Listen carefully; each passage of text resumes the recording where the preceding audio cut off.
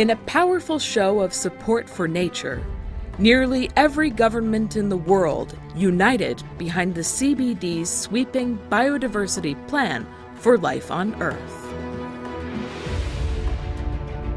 They committed to halting the extinction of threatened animal, plant, and fungi species.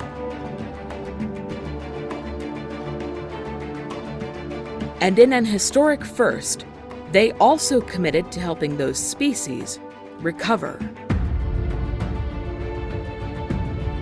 so that the life we share our planet with can not only survive, but thrive.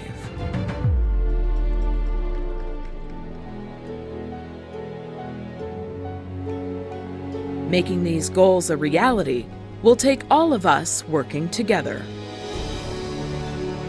Reverse the Red is supporting governments, conservation experts, and communities around the world as they join forces to activate tried and tested tools and tie global efforts to local expertise.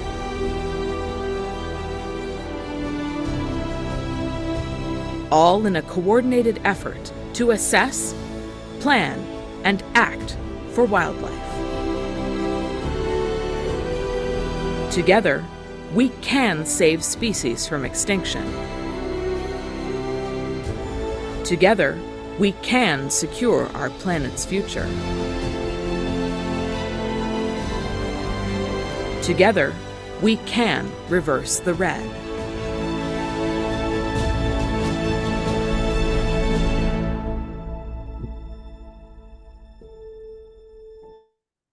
Hello, everyone. I never get tired of watching the video. Welcome all of you to this webinar on the ACT component of the Global Species Action Plan. This is part of the Reverse the Red webinar series. My name is John Paulo Rodriguez, and I'm co-chair of the Reverse the Red Executive Committee. I speak to you from Caracas, in Venezuela, where I'm a professor of ecology at the Venezuelan Institute for Scientific Investigation. I have an IUCN member organization called Provita, and I also chair the IUCN Species Survival Commission with my team here in Caracas. I'm delighted to introduce to you our three speakers for this panel. The dynamic is that each one of them will speak for a few minutes. Please use the Q&A option at the bottom of your screen, question and answers to type your questions. We will try to answer them throughout the webinar and especially at the end. So we are aiming to have about half an hour of discussion, maybe 25 minutes in the second half of the webinar. So we have three speakers for today, Christy Shaw, Cristina Lopez Gallego, and Ana Nieto, and I will briefly introduce them to you. Christy Shaw is the head of Conservation Planning and Action at Botanic Garden Conservation International, which is known by its acronym BGCI. She's based in Nairobi, Kenya, where she established the BGCI Africa office in 2017. Christy is a member of the IUCN Species Survival Plant Conservation Committee, the Eastern Africa Plant Red List Authority, and the Global Tree Specialist Group. Welcome, Christy. Great to have you here. Cristina Lopez Gallego is co-chair of the Colombian Species Specialist Group. She also co-chairs the Colombia Plant Specialist Group, both of the IUCN Species Survival Commission, and she leads the Conservation Action Plan for the Cycads of Colombia. She has experience in species conservation planning and action for plants, mostly in Latin American countries. Ana Nieto leads the IUCN Species Conservation Action Team at the headquarters of IUCN in Switzerland. She's responsible for the overall management of the two IUCN species grant-making facilities. The first is the IUCN Save Our Species, and the second is the Integrated Tiger Habitat Conservation Program. She has over 20 years of professional experience working for international not-for-profit organizations. Prior to being at headquarters, she worked at the IUCN Regional Office for Europe, based in Brussels, at the European Center for Nature Conservation, and the EUCC, the Coastal Union, both in the Netherlands, and did some consultancy work for the European Environmental Agency. Anna holds a master's degree in environmental science and environmental management. Before I give the floor to them, just wanted to mention that Reverse the Red continues to accumulate pledges for the Reverse the Red Species Pledge. We have about 4,000 pledges, and we'll be able to see the how to pledge on the screen on the chat in a second. We have about 4,000 pledges already made. We are aiming to have at least one pledge for each threatened species on the IUCN list. Is about 45,000 species, so we're 10% there. Of course, 4,000 pledges is a lot of pledges, and we're very grateful and glad to have them there. But please take a look at that opportunity and join us in pledging your action for saving species around the world. So we'll speak, the speakers will go in the order: Christina, and Anna. I will not interrupt them. I'll let them just continue one after the other. And then at the end, we'll initiate questions. So thank you, everyone, for being here. And I see some of you already putting in the chat your name and where you're listening from, viewing from. Please continue to do that so we have an idea for who's around. So over to you, Christian. Thank you, everyone, for being here again.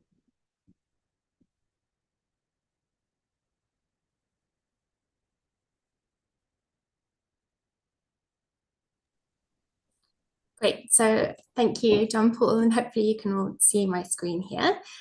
So I've got the difficult task of talking about all of the world's tree species in about 10 minutes, but I'll do my best. So I'm going to be talking about using data and 20 years of experience to scale up tree conservation action globally. So just a brief introduction for anybody that's not familiar with Botanic Gardens Conservation, or BGCI.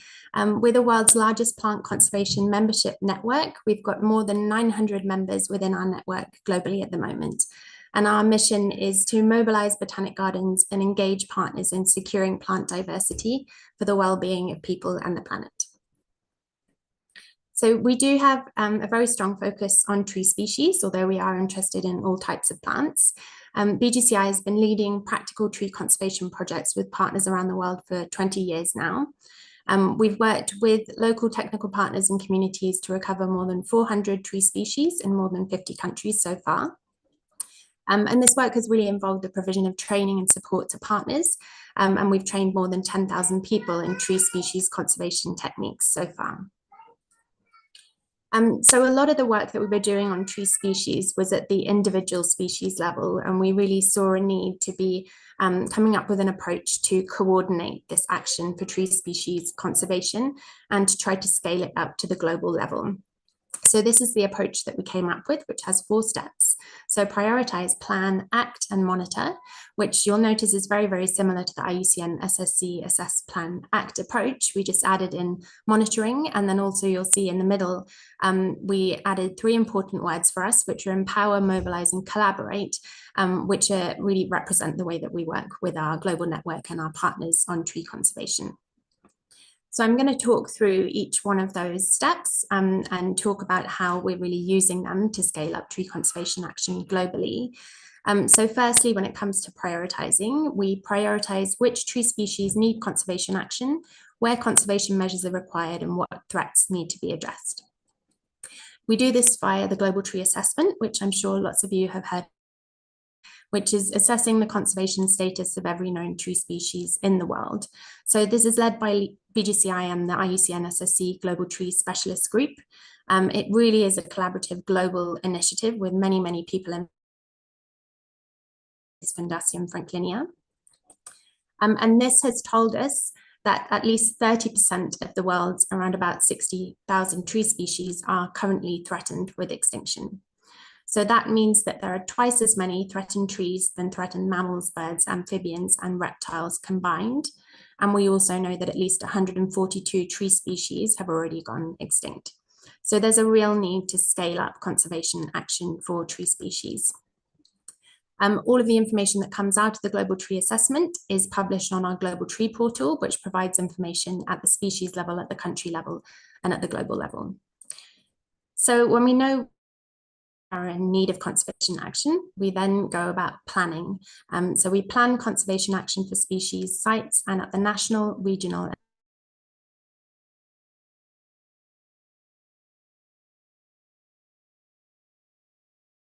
we traditionally have done a lot of work at the individual species level. So we do work with partners and local communities to put conservation action plans in place for each of the individual threatened tree species that we work on. And we've developed a conservation action plan template, which is free for others to use for their planning work as well. But recognizing that there are so many threatened tree species in the world, we really needed to scale up our planning work and then our action work too. So we looked at trying to plan conservation action for threatened tree species at the national level. So we've so far conducted collaboration with the IUCN Conservation Planning Specialist Group for all of the threatened trees in Kenya, Ghana, Uganda, and Chile. And we're going to be doing this for Malaysia in November 2024 as well. Has been helpful in Kenya. The conservation action plan that we developed identified key actions for 2 priority regions within Kenya that have a high density of threatened tree species, so where a lot of conservation action work was needed. And it's been really, really helpful for us to carry out fundraising to them were identified in the workshop and the conservation action plan. And we also established the Kenya Threatened Tree Consortium to coordinate and track conservation action for all threatened tree species in Kenya as well. And there's a picture from our latest meeting of the Kenya Threatened Tree Consortium, and we've got a collaborative group of more than 30 organisations that are really actively involved in both the planning and taking action for Kenya's threatened trees now, which is great. So when it comes to action, we want to act to mitigate threats and deliver integrated conservation for individual species and through multi-species approaches as well. So again, we carry out a lot of work at the individual species level, which is really, really important. So we carry out, often BGCI is responsible for helping to design the project and for fundraising to deliver the project. And it's our partners on the ground that carry out a lot of the practical conservation work. We usually carry out in these projects some survey work, collection of propagation material, propagation can also carry out conservation actions for the same species as well. We focus on an integrated approach to conservation action, so ex situ collection development as well as the initiation of in situ recovery actions as well. And then each of the individual species projects that we carry out also has a capacity building focus and a public outreach and engagement activity involved as well. But again, recognizing that so many tree species are threatened with extinction, we've started to lead multi-species level conservation action projects for trees. So one example here is the forest restoration projects that we're doing with partners around the world. So we're really working to promote and enable the inclusion of threatened tree species in restoration and other types of tree planting projects around the world. So this can be by our partners providing plant material to tree planting practitioners, or by training tree planting NGOs to identify and be able to propagate threatened tree species within the areas where they're working and bring them into their planting programs.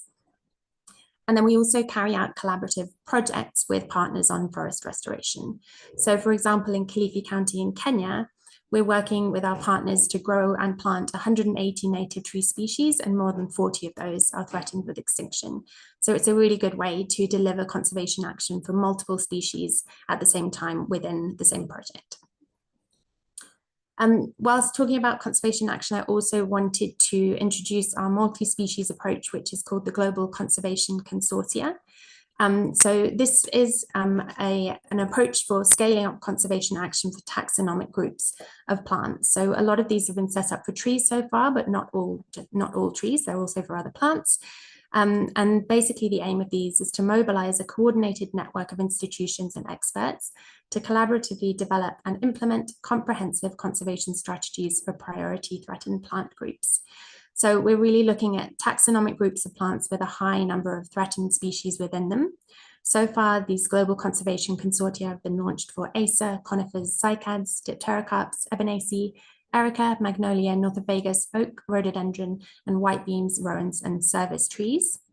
And they're really an effective way to try to scale up conservation action for taxonomic groups with a high number of threatened species. Then to complete our cycle, we also carry out monitoring. So we do this within the projects that we lead, but we also wanted to get a good idea of the conservation action work that's happening globally for the world's tree species. So this again is shared on our Global Tree portal, which has information again at the species level, country level, and global level.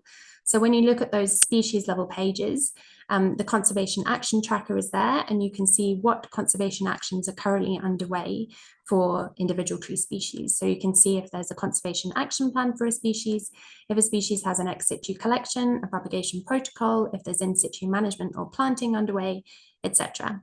But this conservation action tracker really does depend on people providing us with the data. So if you are working on a threatened tree species, please do add your data to the portal, because it becomes a much more effective tool if other people and lots of people are adding data to the platform as well. So data is added at the individual species level, but it also allows us to do reviews at the taxonomic and country level as well. So we carried out a baseline for the Global Conservation Consortium for Oaks, which told us that 65% of threatened oaks had no conservation actions at all, 79% of threatened oaks had no ex situ collections at all, and 68% of threatened oaks had no in situ conservation action. So this was our baseline for the Global Conservation Consortium for Oaks. The consortium is now really trying to scale up action for this group, but it's a really effective tool for just telling us where we are and then trying to keep track of the conservation action work that's happening for the world's threatened trees as well. So that was really just a quick overview of how we're going about building on our 20 years of experience, using the data that we have from the Global Tree Assessment to really try to scale up conservation action for the world's threatened tree species. But I should just say again that we're not just interested in trees, so we really are trying to work with our network and via SSC as well to make sure that these tools that we're developing, particularly the multi-species approaches, work for other plant groups as well. All of the resources that we develop are freely available from our website. We've got online training resources as well. So please do take a look at the Global Tree portal, take a look at our training resources. And yeah, if there's anything that you can't find, then feel free to get in touch. Okay, that's all from me. So I'll hand on over to Christina. Thank you, Kirsty. All right, so here we go. In my case, well, thank you for being here or watching the recording. It's very nice to be here to talk about conservation action. In my case, I'm going to try to highlight some issues that I think are key for conservation success, and I'm going to use some Cycad examples to try to do that. And why talk about Cycad conservation? Well, Cycads are a very charismatic group of plants. As you can see, they're gorgeous, and they also have very interesting species that are associated to them. And they're ancient seed plants, they're living fossils, you know, dinosaurs ate cycads. So it's a group that is very easy to use for the people to get involved into biodiversity conservation. Unfortunately, cycads are very threatened. Out of the groups that we have assessed at the global level for the red list, cycads are the ones that have the highest proportion of threatened species, unfortunately. Fortunately, we do have a lot of knowledge for cycad conservation. Of course, it's not perfect. We still discover new species every year, and there's some species and regions we have very little information about. But in general, we have a lot of information. The Cycad specialist group has been working for almost 40 years now. We have a world list of cycads that is constantly updated. We have done red list assessments at the global level 3 times already. We have a Cycad meeting every 3 years. There's a Cycad community that is very active at the global level, composed of academics, but also people that work in horticulture and conservation agencies. So it's a really nice community. It's not perfect, but there's a lot of collaboration. And our first conservation plan at the global level was published more than 20 years ago in 2003. We have now an updated Cycad strategy to 2050. And one of the messages I want to highlight here is that in order to achieve success, we need to have very clear targets. And we have learned from the previous conservation plan And now we have very specific targets for species and places. We know which species need assurance colonies and translocations, which ones need to secure sites for habitat protections, which ones we need to supplement because they have very small populations. And we have a good understanding, in most cases, of the threats that we need to address. Using the Red List Index analysis that we recently did, we also have the countries and the regions in the world that we need to prioritize for conservation action. And I also want to say that it's very important to have committed leadership. In the case of Cycads, we have for South Africa and for Colombia, NGOs that are completely dedicated to the conservation action plans of those countries for Cycads.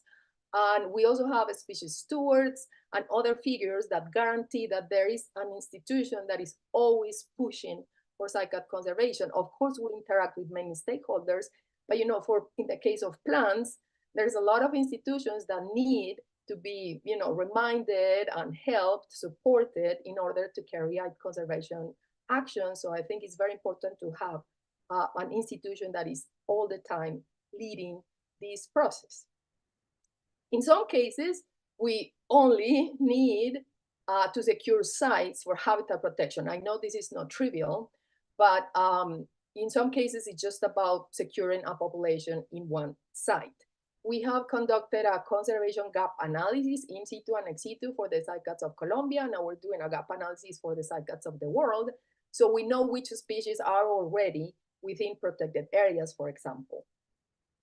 In the case of Colombia, we have a conservation plan at the national level, an NGO that implements it, and we already know which species are in protected areas. Some of them are public areas, some of them are private reserves. And in many cases, the protected areas managers did not know that the species was there. So we work with them, we do some capacity building and exchange, and we establish monitoring programs for those species. And in that way, we try to guarantee that those species are well protected for the long term. And in some cases, that's enough. But in some other cases, we need to do active recovery programs. We have some species, even some of them within protected areas, that have very small populations because they're not reproducing enough, or they don't have the pollinator anymore, or because they're being poached or something, or they have another threat. So we need to do recovery. As Kirsty was mentioning, we have a global conservation consortium for cycads. This has been really important to galvanize action from botanical gardens in many places. So we're creating meta collections, and we're also having or designating species stewards. So we have one botanical garden that is taking care of one or several species, and they're actually very helpful in these recovery programs. Sometimes even they provide funding for these recovery programs. We already have an active node of this consortium in South Africa, another one in Australia, and another one in Vietnam, and we're working to have more nodes in these other regions that we are prioritizing for cycad conservation. And this is an example from South Africa. South Africa also has a national plan for cycads, and there's this NGO that is taking care and leading these. But there's a lot of institutions, government agencies at the national level and the state level, and even private owners, because sometimes the cycad populations are in private land, and they're collaborating to save some species that are threatened by poaching in this region of the world. So they are reproducing the species, and we are already doing population supplementation, in some cases population reintroduction, and securing those sites so the cycads can be there for the long term. And they have been very successful for several species doing this. Also, I think another key aspect is that we need synergies for conservation. There's a lot of things we need to do for species conservation, and we don't have always all the resources that we need. So I think it is important to find those environmental authorities or government agencies or NGOs that work mostly on social issues, for example, and try to find which of their goals we can align with our biodiversity conservation goals, and then convince them that if we work together, we can be more efficient using the resources that we have so we can promote, conservation in terms of biodiversity or cultural diversity, in different socio-ecological contexts. In the case of Cycad, we have very interesting collaborations among a diversity of institutions in Africa, in the Americas, in Asia, and we're growing and growing. I want to highlight this case of an NGO in Mexico. This NGO is actually not dedicated to Cycads only. It's dedicated to biodiversity conservation and social development of these campesino communities that live in communal lands called ejidos in Mexico. So for the Cycad conservation program, they have a very interesting program of payment for environmental services. So they provide the community with capacity building. They'll help them improve their productive practices, their land, their community, and in exchange, they're helping with Cycad conservation in the wild populations and also reproducing. They're doing a lot of educational activities. It's a very nice example of achieving social and biodiversity conservation goals at the same time. And finally, I want to give the message that I think all of us know here, and is that conservation works.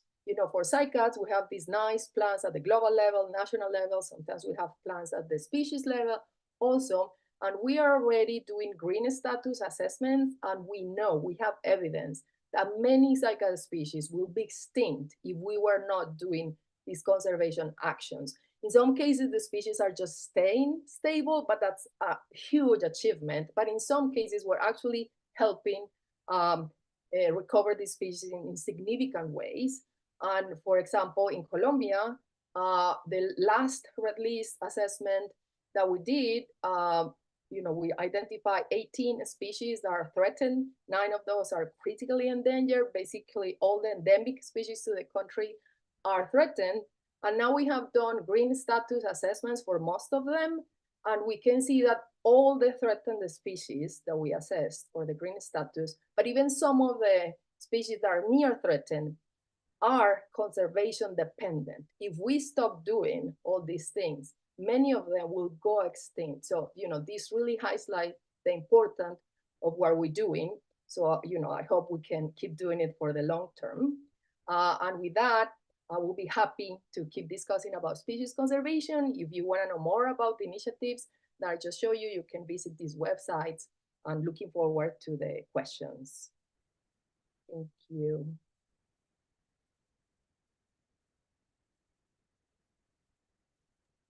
Sorry, and now we will have Anna talking about her experiences. Thank you, Cristina. Let me share quickly the screen. And let's hope that Zoom behaves.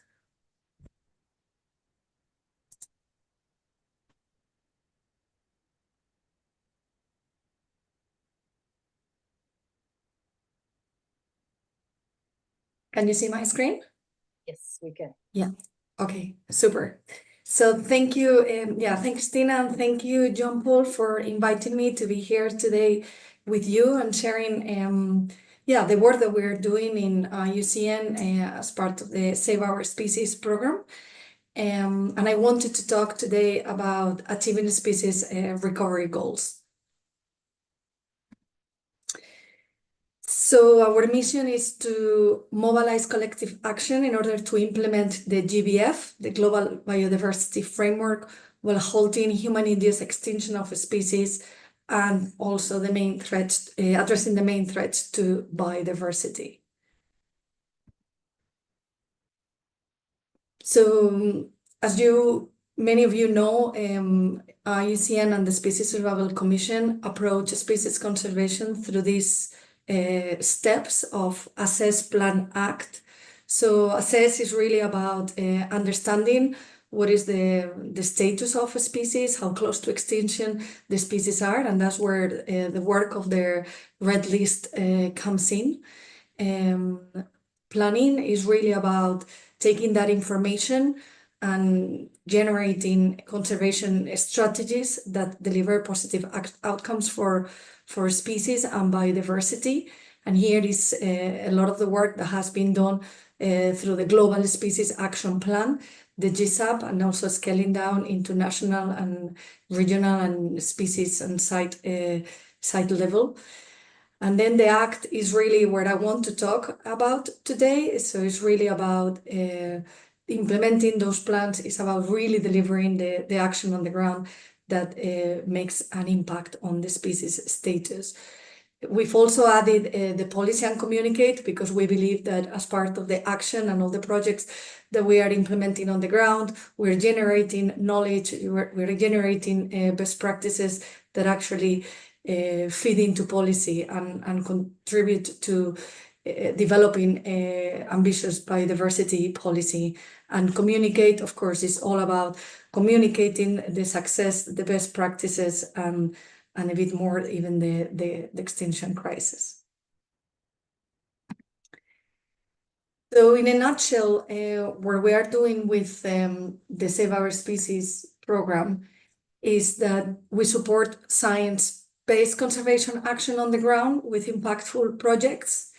We partnered with different type of organizations and donors, private, public, multilateral partners, to develop conservation initiatives where they are most needed.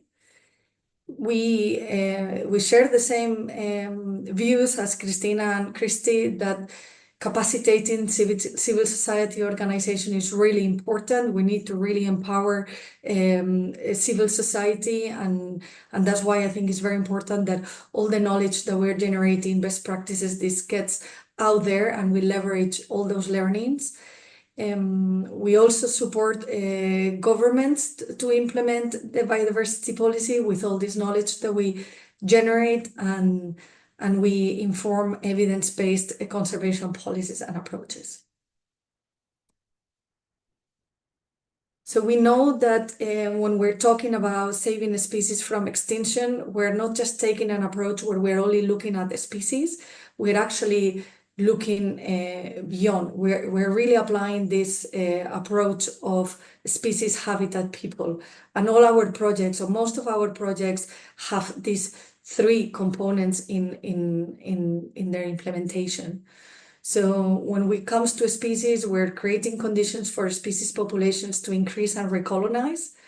When it comes to habitat, we're working on establishing new protected areas, new areas for wildlife, and also it's about managing those spaces more effectively.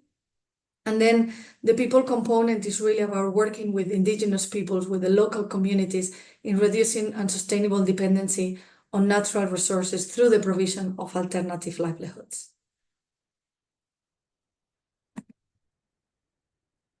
So what we're doing is that translating all of these ideas that we have into actionable initiatives. The ask is huge. I mean, we were hearing before, there's 28% of threatened species. There's so many species that are in the need of action, but we do need to prioritize.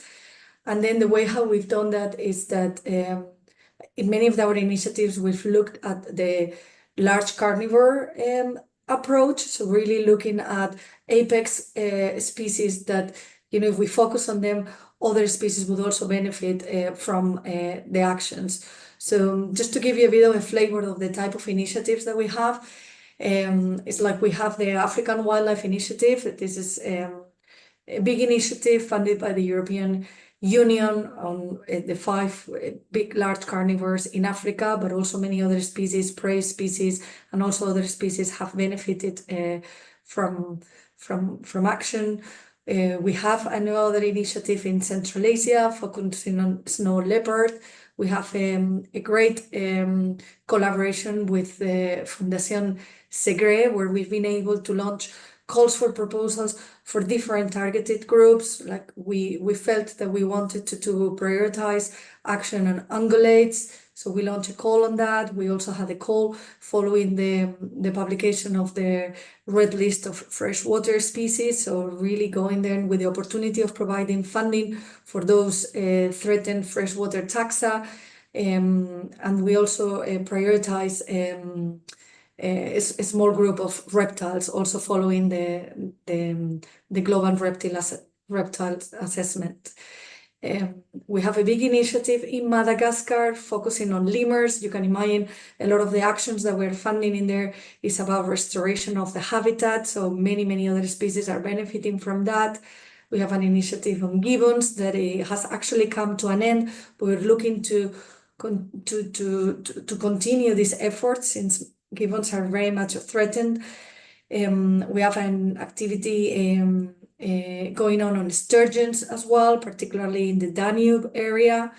We have a collaboration with the private sector, like with Lacoste. We also looking to enhance that collaboration. And we've got a very large program on tiger conservation that we've been doing already for more than 10 years, where we really have achieved an increase of tiger populations supported by KfW and the German cooperation.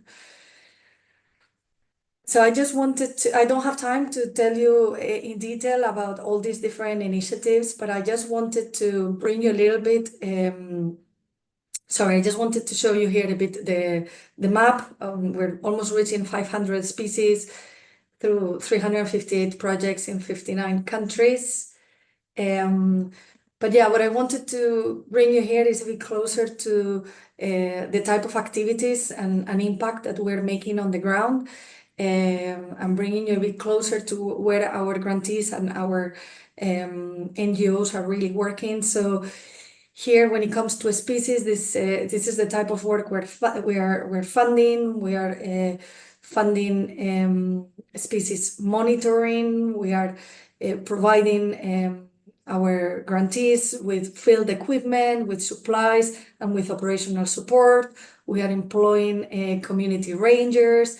We are devoting funds for canine units, for the snaring, for tagging, building holding pens for livestock, infrastructure to help mitigate human-wildlife conflict, holding community consultations.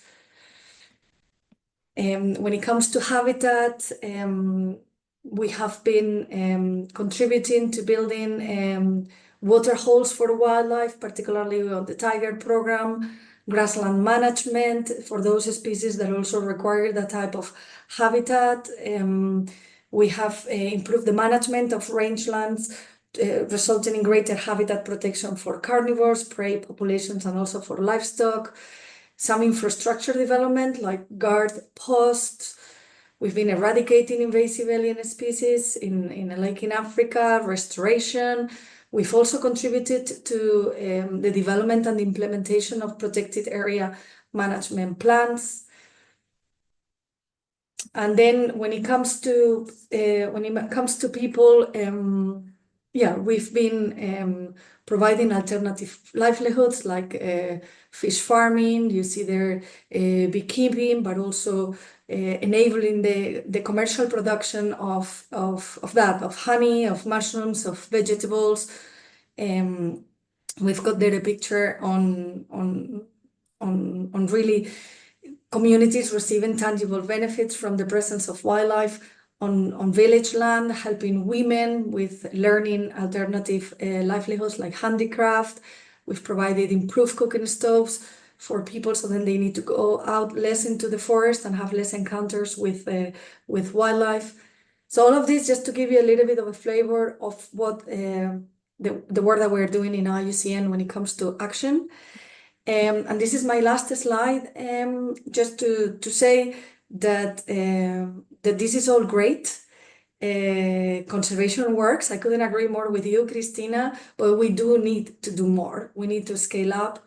We need more global conservation action to meet the global targets of the GBF and other multilateral environmental agreements.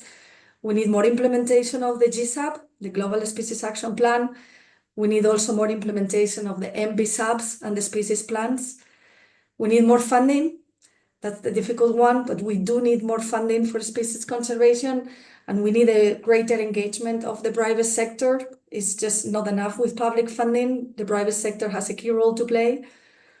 We need more success stories like the ones we've heard today to be able to raise awareness, and we need more messaging about the species extinction crisis. So that's it for me. Thank you. I'm happy to answer any questions. Great, thank you all. I'll start with a few questions while people type their comments or their questions into the Q&A. I see a few coming in. Kirsty, I wanted to ask you one thing. You mentioned about restoration and different initiatives and approaches. There are these global efforts to restore forests, like the Bond Challenge, and I know that BGCI has been critical of some of the methods and techniques. What would you say if you were in charge of the Bond Challenge? What would you encourage people to plant? What would be the key trees to use, and which are being used now that might not be the right ones? Yeah, okay, thanks for the question.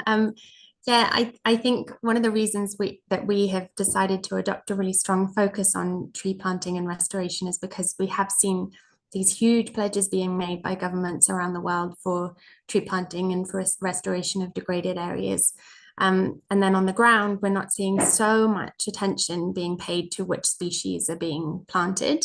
So we really felt like, as the the world's largest plant conservation network, that we really had a role to play here to help guide people to be identifying which are appropriate species that they can be planting. So that's why we have been a bit vocal about it and tried to say, you know, it's great that there's this much enthusiasm for tree planting at the global level, but it's really important to think about which species are being planted, because in some cases, invasive species are being planted, which are going to have an even further detrimental effect on biodiversity than what was maybe initially intended. So often it's good intentions, but bad outcomes that we're seeing. So I think one of the things is about getting the data out there to people on which species are native. So our global tree portal does provide country checklists of which species are native to a particular country. But again, that's just at the country level. So you also need to think down at the site level where you're actually carrying out the planting. So our general message is always just to involve botanists in the planning work when you're thinking about doing tree planting projects, and when you're thinking about doing restoration projects. Just please bring in the botanists, because they do have that great knowledge. They also have access to herbarium vouchers, which can tell you which species were present there before, and that's going to get much stronger outcomes for biodiversity and tree planting. And then also to involve the horticulturalists as well, because many of the native tree species have not been grown and planted before. So having horticulturalists in your team that can also help to grow these species that have never been grown before is also really, really valuable. And again, going to get those stronger biodiversity outcomes from tree planting as well. Great, thank you so much. We have a few few questions coming up. One for you, Christina, before I move to the Q&A. Cycad, you mentioned one of the threats is poaching, so I imagine it's for commercial sales.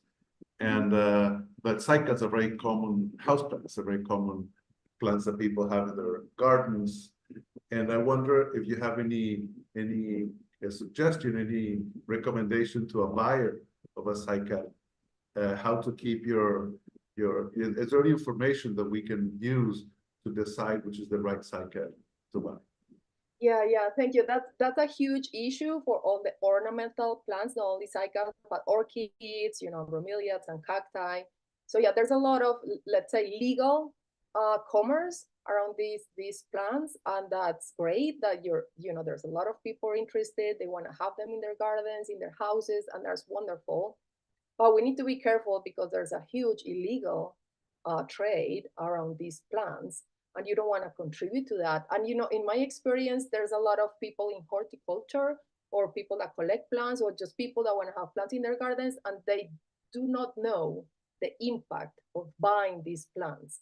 And they don't know that some people are actually like degrading and even causing extinctions in the wild, so these plants can be sold. So I think one very important issue is to educate the people that are buying these plants and saying to them, sometimes buying these plants can cause their extinction in the wild. And just doing that, most people react very well. They're saying, like, oh no, I don't want to. I mean, I would love to have this plant in my garden, but I don't want to cause that damage. So education is key. But also, we have sophisticated technology now. So for example, in the case of the African cycads, not only Southern Africa, but other places in Africa, they are, for the species that are like really, really rare and very few individuals are left in the wild, they have chips on them. So, we can track them when they're illegally poached, well, sometimes. So we do have also other means to like do the tracking and try to punish the people that are selling them, or sometimes the people that are buying them. But unfortunately, a lot of people don't want to buy seedlings in the greenhouses. They want to buy the adult that there is rare, that nobody else has. So there's a lot of things we need to do in terms of education around that issue. Thank you. Anna, there are a couple of questions, one from Gina de la Doña, one from Enrique Flores de Gracia, about priorities. How do you choose the species? I noticed as well that most of the groups that you work with so far have been vertebrates and mostly terrestrial mammals. So the questions from Enrique and Gina have to do with how does SOS select the programs? Is there any connection to the red list in that selection? Do you prioritize species according to red list in terms of more money for more threatened? How do you make those decisions, and how do you pursue donors to decide which taxonomic groups are covered? Yeah, thank you for that great question. So yeah, I mean, just to say that we're trying to be to make sure that action gets to all species that are needed. We do use the red list of threatened species to help us prioritize. So there has been, if any, very, very, very few exceptions where we haven't really funded a threatened species. But for us, really, the threatened species is the first thing. So there is a clear link with the red list of threatened species. It depends a little bit as well on what the donor requirements are. In some cases, we have quite a lot of freedom in terms of deciding how we want to focus the different calls for proposals. And as I was just explaining before, like with our partner, Fundación Segre, they were quite open about different ideas, and we thought that linking the funding with the publication of red list data was crucial, and it was very strategic. So we've done that, and as I said, there was a call for proposals for reptiles, there was a call for proposal for freshwater species, but it's true that when we're talking to many of the donors, I don't know, some of them are more driven by more iconic species. So we try to also use that funding because we think it's useful, and we always try to see how also other species could benefit. I was talking before about the large carnivores. I genuinely think that really benefits. I mean, there are umbrella species, so many other species also benefit, but yeah, I mean, we haven't secured the funding yet, but we are now looking into developing a fund for pollinators, so that will also be expanding much more the scope that also would benefit plants, would also benefit so many other species. So we're working on that, but yeah, it's still difficult. I think it's difficult to still explain why we need to save. I don't know, we need to save also other species that is not just the iconic ones. So I think we have some work to do there. But yeah, IUCN is committed to expand the scope of SOS and our action on the ground. So if anyone here on the chat is a donor and would like to contribute to vertebrate conservation, to plant conservation, to marine conservation, please write Anna and start filling your checks. Another question for Cristina has to do with the green status, and then how do you use it for conservation time? Could you explain that? Yeah, I think it's a great tool because, with the red list assessments, we're always thinking about population declines and the threats, and that's very important to understand, of course, and we can do a lot of planning using that information.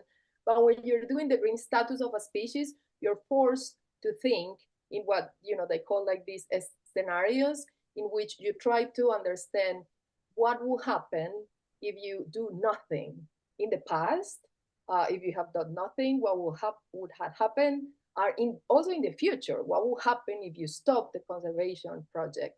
So it gives you a lot of lessons about what might be effective, what things have worked in the past and we need to keep doing them, what things have maybe not worked that well and maybe we have to rethink them, but also into the future, saying, okay, we need to still, do this and maybe add this. So I think it's a great, great tool to, adaptive management for species conservation. I recommend everybody to try to do green status assessments, even if you don't do red list assessments, but hopefully you can do both for the species, and they complement each other, and it's really useful to continue the planning and the action. Great, thank you. Yeah, and Megan, if you could please paste the Conservation Planning Specialist Group website on the chat for anyone to look. Kirsty, two questions for you. One from Pablo Lacabana, who asks about some species that have no conservation measures at all. And he is wondering if that means direct or indirect as well, because some might be in protected areas, so they might not be actively being protected, but they have some indirect. So what does no conservation measures mean? And then an anonymous attendee complements that by saying, what is the hardest challenge in multi-species conservation? So if you could do those two. Okay, great. Thanks for the question. So yeah, our conservation action tracker does focus on the direct conservation actions in that but also on the Global Tree Portal on the species pages, it will actually show which tree species are existing within protected areas and which ones have ex situ conservation collections. So it does already give a tick for in situ protection and ex situ protection. So that data is there as well, but then the actual conservation action tracker, where you add the information on the conservation measures, more focuses on, are these species really under conservation action? So they might be sitting in an ex situ conservation collection somewhere, but nobody's propagating it. So actually it might not be that valuable. If we know that it's a genetically representative conservation collection, if we know it has a propagation protocol, then it's much better protected ex situ. And the same in situ, if we know that the protected area managers are aware that it's there and they're doing active conservation work for that, then that will get a tick in the conservation action tracker. So it's really about going beyond just those tick boxes of in situ in a protected area or in an ex situ collection, and really trying to find out more detail about the conservation actions for that species. And then the question on what's the hardest thing for multi-species conservation. So I think it can be overwhelming. So we have 30% of the world's maybe 58,000 tree species threatened with extinction. So it's a lot of work to do, and it really can be overwhelming for people. So I think the planning process has just been so helpful for us to try to identify how you can group species together and then do the conservation action for species together. So when you do the conservation planning process, for example, you'll pick out species that are in a particular site where the same actions will affect multiple species, or you can pick out species that are threatened by the same threat and then group those species together and come up with actions that are going to work for those species. So I think it's about really kind of working through the process of the planning to come up with your effective conservation actions, and that really makes it an easier process to follow through if you've done the planning and then you've managed to identify the good partners to involve as well. One quick follow-up from Paula Morales. Does the conservation action tracker connect the conservation actions with institutions that might want to contribute, or the need, or donors? Is there a relationship between the actions and the implementers? Yeah, so at the moment, there's just a summary bit where we summarize the conservation action that's happening on a species, and that can mention who's the organization that's leading that conservation action. But we haven't got a set box for listing people who are working on the species at the moment. It's something that we could add in future. And in terms of funders, we do want the tracker to be used as a tool by funders. So if they receive an application for working on a species, for example, they can then look at the conservation action tracker and see is this species already under conservation action? This person says that, you know, in situ conservation action really needs to be scaled up. They can go to the conservation action tracker and see if that really is the case. So again, the more data that we get on that conservation action tracker, the more helpful it's going to be for creating these partnerships between institutions and identifying the right species for funders to be funding as well. Great.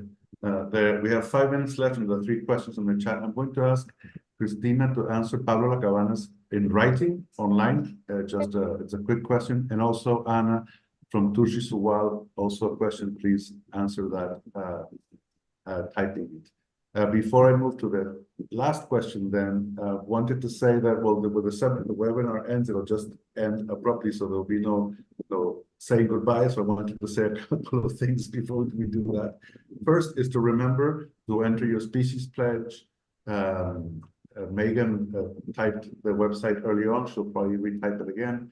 We have 4,000 reverse to red species pledges already in the system. We aim to reach 1 species pledge for each of the 45,000 or so species, threatened species on the red list. So, and you know, one really important message we want you to take from this webinar is that conservation works. Cristina and Anna have already said it, and I forgot to say it at the beginning of the presentation. There are lots of examples, lots of great examples of how once people put their head together and you know, think about with scientific evidence what is the best approach for reversing the decline of the species. There are a lot of examples where people achieve. Mikel Planas asks, he says, a problem that arises somewhat frequently when assessing the status of a species is the lack of scientific data supporting population decline, even though there are population data or information from sectors that are familiar with the species which indicate such decline. So how do you address this problem under the circumstances? So basically, you know, how do you work with data that might be out there, but it's not, I don't know if I'm interpreting that correctly, Mikel, but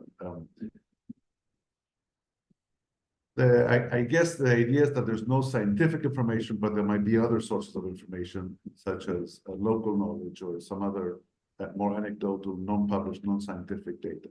So how do you deal with that in a red list assessment? Maybe Cristina, give it a shot. Or Anna, you've worked a lot with red listing as well. Well, Anna's raising her hand, so let her go. I can take that one. I mean, I think in red listing it does allow to consider for information that is not specifically about the species. So you can use the habitat decline as a proxy. So I think that there are different ways of considering this type of information, even if you don't have specific information about the species. This is part of the red list. You will need to look in detail into the red list categories and criteria, and particularly the definitions of observed, inferred, estimated, and but particularly the inferred and projected is things that you could use in case that you lack the scientific knowledge about the species itself.